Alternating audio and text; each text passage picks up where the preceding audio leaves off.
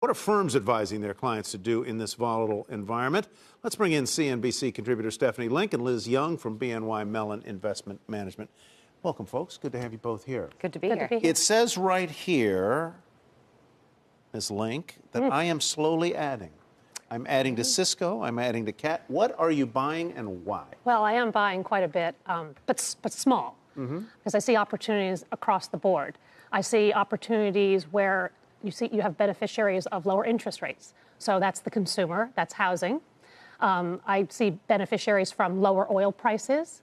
That's the consumer. That's also industrials and materials companies. So there's quite a few companies there. We can get into names if you like.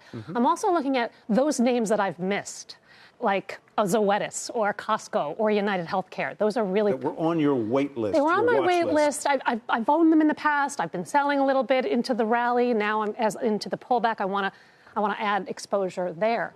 But I think you want to have a blend of defensives as well as cyclicals, because we know when we do bounce, it's going to be the cyclicals that lead us up, like most likely, not the defensives. But you don't want to get hit too hard on the way down, so you want to have some protection and own some of the defensives. Look, I mean, I'm not surprised that the market has sold off the way it has. The speed, yes, for sure, I'm surprised. But there are uncertainties, right? We don't know the human element. We don't know the economic impact. We don't know the earnings impact. So there's all these unknowns. But let's also keep it into perspective. Since June of last year, the Dow Jones is up 26% and the Nasdaq's up 38%. So a give back, I think we were due for a pause. This is just the speed of which is a little bit unsettling. Liz, what do you think?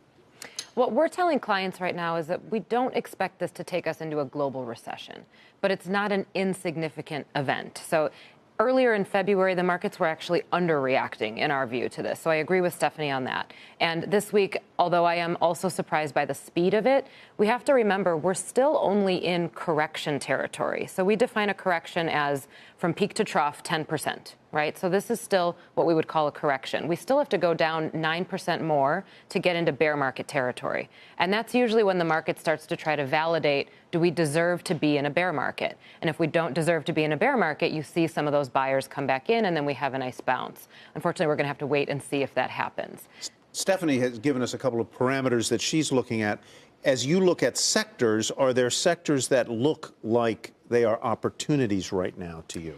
So, again, agree with the fact that if and when we have a bounce, and if our base case scenario comes true, that we have a second half recovery here, you're going to see cyclicals lead the way out of this. So I'd still want to be in industrials. I'd still want to be levered towards the consumer, because the consumer in the U.S. continues to be strong. And this really has not hit U.S. economic data as of yet. So if it doesn't hit the economic data in the U.S., and we're watching consumer confidence closely, but if it doesn't hit the U.S. economic data, the consumer should really carry us out of it. But as you say, falling energy prices is good for the consumer. That puts more money in their pockets. But if I'm summarizing correctly, you like solid companies, good balance sheets, nice yields, right? Absolutely, 100%. And the reason I focus on solid companies, best in breed, number one, number two player in each industry, is because they tend to have good balance sheets, and you can trust when those yields get really high, meaning their stock prices have come low, you can trust those yields. So when something yields at 3.5%,